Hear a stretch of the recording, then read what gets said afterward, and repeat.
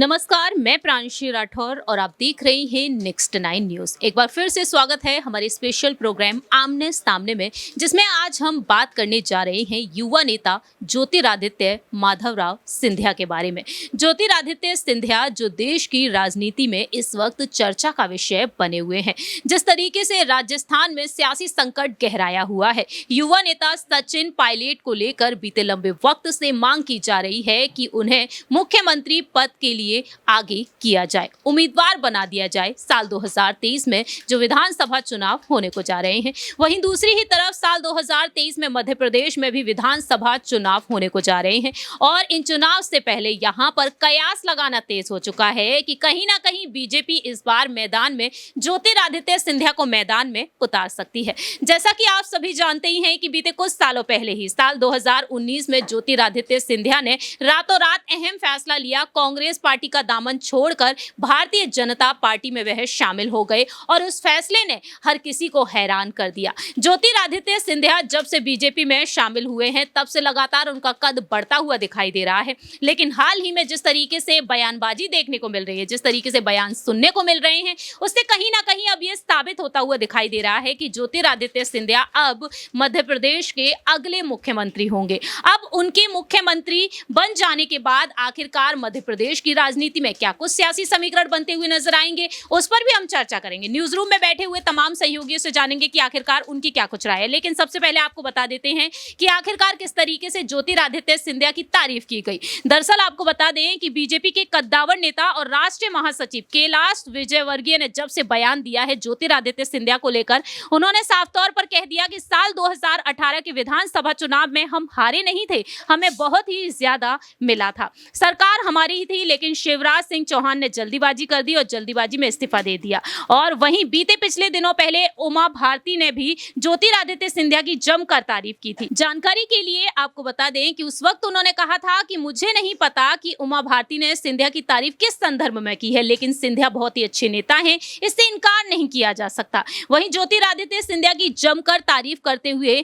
दो वरिष्ठ नेता नजर आए हैं। ऐसे में यहाँ पर सियासी समीकरण क्या वाकई में यही बनते हुए नजर आते हैं? क्या वाकई में शिवराज सिंह चौहान अब मुख्यमंत्री के पद पर आगे भविष्य में हमें नजर नहीं आएंगे? क्योंकि आपको बता दें कि शिवराज सिंह चौहान ने एक बड़ा रिकॉर्ड बनाया जब जीत हासिल की भारतीय जनता पार्टी ने, वह चौथी बार मुख्यमंत्री बने और संसदीय बोर्ड से भी उन्हें बाहर का रास्ता दिखा दिया गया बीजेपी की तरफ से। इस पर हम चर्चा करेंगे हमारी सहयोगी कशिश से कि आखिरकार वह क्या कुछ कहती हैं अब मध्य प्रदेश की सियासत के बारे में। कशिश, आपसे सबसे बड़ा सवाल यही होगा, क्या जिस तरीके से अब सिंधिया को लेकर कयास लगाए जा रहे हैं, क्या यहाँ पर सिंधिया को वो बड़ा पद अब मिलेगा?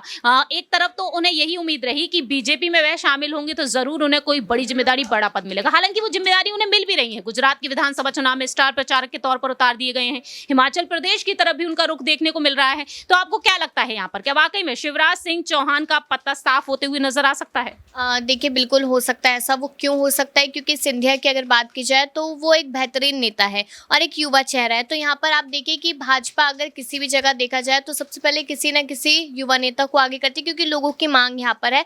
गुजरात में जो समीकरण देखने को मिला है जहाँ पे भूपेंद्र पटेल को आगे किया गया, तो देखिए वो बात अलग है। लेकिन यहाँ पर सिंधिया की बात की जाए तो उनको भी एक उम्मीद थी कि भाजपा में उन्हें एक बड़ी जिम्मेदारी दी जाएगी, तभी उन्होंने कांग्रेस पार्टी से इस्तीफा दिया था और भाजपा में जाकर शामिल हुए थे। और यही अगर देखा जाए यहाँ पर कि अगर सिंधिया को अभी जिस तरीके से उन्हें छोटी छोटी जिम्मेदारियां मिल रही है, लेकिन जिस तरीके से चुनावों में उन्हें आगे किया गया, तो एक अनुभव के लिए उन्हें आगे किया गया ताकि उन्हें अनुभव मिले और आने वाले जो मध्य प्रदेश के चुनाव है उनमें उन्हें आगे किया जाए। लगातार हमें खबरें मिलती है कि शिवराज और सिंधिया के बीच में भी जो तालमेल है वो अच्छा नहीं है, उनके बीच में भी भिड़ंत होती रहती है, इस तरीके की खबरें मिलती है। तो कहीं ना कहीं मैं कह सकती हूँ कि यहाँ पर शिवराज का इस्तीफा हो सकता है या फिर आने वाले चुनावों में सीएम चेहरा सिंधिया बन सकते हैं यहाँ पर। तो आपके मुताबिक क्या वाकई में वह एक अच्छे सीएम बनते हुए दिखाई देंगे? आपको क्या लगता है? देखिए, बिल्कुल वो बनते नजर आएंगे, क्योंकि उनमें वो जज्बा है कि किस तरीके से राजनीति में काम करना है, क्या आगे जाके काम करना है। उन्हें पता है कि जनता के बीच में किस तरीके से उतरना है। और कहीं ना कहीं अगर मैं उसको थोड़ा सा रिलेट यहाँ राजस्थान से करना चाहूँ तो राजस्थान में भी आप देखिए कि यहाँ गहलोत और पायलट के बीच में जिस तरीके से सीएम पद को लेकर लड़ाई चल रही है, तो कहीं ना कहीं मध्य प्रदेश में भी वही चल रहा है। हमें मालूम है कि युवा चेहरा है सचिन पायलट और उनको आगे किया जाएगा तो पार्टी को फायदा होगा। तो वहीं पर अगर देखा जाए मध्य प्रदेश में अगर सिंधिया को आगे किया जाएगा तो पार्टी को फायदा होगा और वो अपनी जिम्मेदारी को बखूबी निभाते आते हुए भी नजर आएंगे। जैसा कि कशिश ने यहाँ पर अपनी बात रखी है कि कहीं ना कहीं देखा जाए अगर सिंधिया को सीएम बनाया जाता है तो जाहिर सी बात है वह एक अच्छे सीएम बनते हुए नजर आएंगे। लेकिन सवाल यहाँ पर यह भी खड़ा होता है, जब ग्वालियर पहुंचे हाल ही में 2 दिन के दौरे पर नजर आए ज्योतिरादित्य सिंधिया, जब उनसे पूछे गए यहाँ पर मध्य प्रदेश के चुनावों के बारे में सवाल, उन्होंने साफ तौर पर कह दिया साल 2023 में बीजेपी की जीत पक्की है, बीजेपी जीत हासिल करेगी, मध्य प्रदेश में बीजेपी की ही सरकार सत्ता में आएगी। तो हम जानना चाहेंगे यहाँ पर दीपक से, शिवराज सिंह चौहान उम्मीदवार होंगे, ज्योतिरादित्य सिंधिया उम्मीदवार होंगे, दोनों में से कौन यहाँ पर उम्मीदवार होगा जिससे कि वाकई में यहाँ पर बीजेपी की सरकार सत्ता में आ पाएगी? देखिए, अगर यहाँ पर सिंधिया की बात चली रही है तो सिंधिया एक बागी नेता के तौर पर जाने जाते हैं यहाँ पर भारतीय जनता पार्टी में। क्यों? क्योंकि सिंधिया ने कांग्रेस पार्टी से जब इस्तीफा दिया तो उनके साथ कई सारे विधायक आए और बीजेपी की सरकार बनी, शिवराज सिंह चौहान को मुख्यमंत्री पद दिया गया था। लेकिन अगर यही महाराष्ट्र की सत्ता में देखें तो बीजेपी का रूल कुछ ऐसा है कि वो बागी विधायकों पर ज़्यादा मेहरबान देते हैं। सीएम शिंदे अगर देखें, आज महाराष्ट्र में मुख्यमंत्री हैं एकनाथ शिंदे, तो उनकी बगावत को उन्हें फल मिला है क्योंकि उन्होंने एक बहुत बड़ा फैसला अपनी पार्टी के खिलाफ लिया। उस पार्टी के खिलाफ जिससे आप 20 साल 25 साल जुड़े हुए हो, उसके लिए आपने हर समय खड़े रहे, आपने हर समय काम किया, लेकिन आज पार्टी आपके खिलाफ है तो आप उनके खिलाफ हो, तो ये एक बड़ी बात रहती है। लेकिन ज्योतिरादित्य सिंधिया की जब बात चली रही है यहाँ पर गलियारों में, सियासी गलियारों में, मध्य प्रदेश चुनाव 2023 में ही है, तो उससे पहले कहा जा रहा है कि जैसे राजस्थान में हालात है पायलट और गहलोत के बीच, वैसे क्या शिवराज और यहाँ पर सिंधिया के बीच, क्योंकि एक्सपीरियंस शिवराज को बहुत है, लेकिन अगर इतना ही एक्सपीरियंस होता तो उनकी सरकार पहले ही बन चुकी होती, कांग्रेस की सरकार नहीं आती, कमलनाथ नहीं आते यहाँ पर। तो सिंधिया ने यहाँ पर कहीं ना कहीं बगावत करके बीजेपी को सत्ता में वापसी कराई। लेकिन एक जो जानकारी ये है कि अगर ज्योतिरादित्य सिंधिया के बारे में बताएं तो वो एक ऐसे नेता है जिनको शायद कहीं ना कहीं जो भ्रष्टाचार राजनीति में कहा जाता है वो उसके लालची नहीं है। उनके पास तो वैसे इतना विरासती यहाँ पर कह सकते हैं खजाना है, जो देख भी चुके हैं। अभी अमित शाह जब गए थे तो वो जो झूमर टंगे हुए हैं, जो तस्वीरें हैं, जो उनके कहीं ना कहीं डाइनिंग टेबल पर जो रेल से खाना परोसा जाता, तो उनका राजघराना यहाँ पर दिखाता है। तो वो चिंदी चोरी करने के लिए नहीं आए, वो जनता की सेवा करने के लिए आए, जो राजा महाराजा करते थे। तो उनको करनी है सेवा। अगर उनको सेवा करनी है तो आप उनको कोई पद दोगे तभी वो कर पाएंगे। कैबिनेट पद दे रखे हैं, आप उनका कद बढ़ा रहे हो कैबिनेट में, बहुत अच्छी बात है, लेकिन अगर आप उन्हें मुख्यमंत्री बना दोगे तो शायद उस राज्य की किस्मत ही अलग हो जाएगी, क्योंकि ज्योतिरादित्य सिंधिया जैसा एक यहाँ पर बड़ा चेहरा मिल जाएगा और उसका फायदा मोदी सरकार को ही मिलेगा। और ये भी कहा जा रहा है कि यहाँ पर आने वाले वक्त में कि आज मोदी है लेकिन कल उनकी जगह कोई और लेगा। जैसे यहाँ पर योगी आदित्यनाथ का नाम चल रहा है, नितिन गडकरी का नाम चल रहा है, लेकिन उसी कड़ी में एक नाम ज्योतिरादित्य सिंधिया का भी आपको बता दिए। रोचक जानकारी है, लेकिन सिंधिया को भी उसी कड़ी में देखा जा रहा है कि अगर 10-15 साल इन्होंने बीजेपी के साथ और बिता लिए और कुछ बड़े पद पर बिता लिए तो शायद जैसे गुजरात से निकले थे मोदी, वैसी मध्य प्रदेश से हमें सिंधिया देखने को। बहुत ही बड़ी बात कही है दीपक ने। दीपक, हमारा आपसे एक और सवाल ये रहेगा कि 51 साल के ज्योतिरादित्य सिंधिया हो चुके हैं और तकरीबन 63 साल के शिवराज सिंह चौहान हो चुके हैं, तो यहाँ पर आपको क्या लगता है, युवा जोश बोलता हुआ नजर आएगा या फिर अनुभव यानी कि शिवराज सिंह चौहान आगे नजर आएंगे? देखिए, अभी जो हाल ही में कुछ उपचुनाव और नगर निकाय चुनाव भी हुए थे उसकी जानकारी अगर दे तो बीजेपी के कुछ समर्थक सिंधिया के समर्थकों से लड़ गए थे। वहां पर कुछ ऐसी खबरें भी आई थी, तो वो खबरें भी चौंकाने वाली थी। और उसके बीच शिवराज की अगर बात हो रही है और यहाँ पर सिंधिया की अगर बात हो रही है तो सिंधिया तो एक बहुत बड़ा चेहरा, इस बात में कोई दो राय नहीं, क्योंकि कांग्रेस के समर्थक उनके साथ हैं और अब तो बीजेपी के समर्थक भी उनके साथ है। ऊपर से वो उनका एक विरासती जो रहा है उसका भी फायदा उन्हें मिलता है।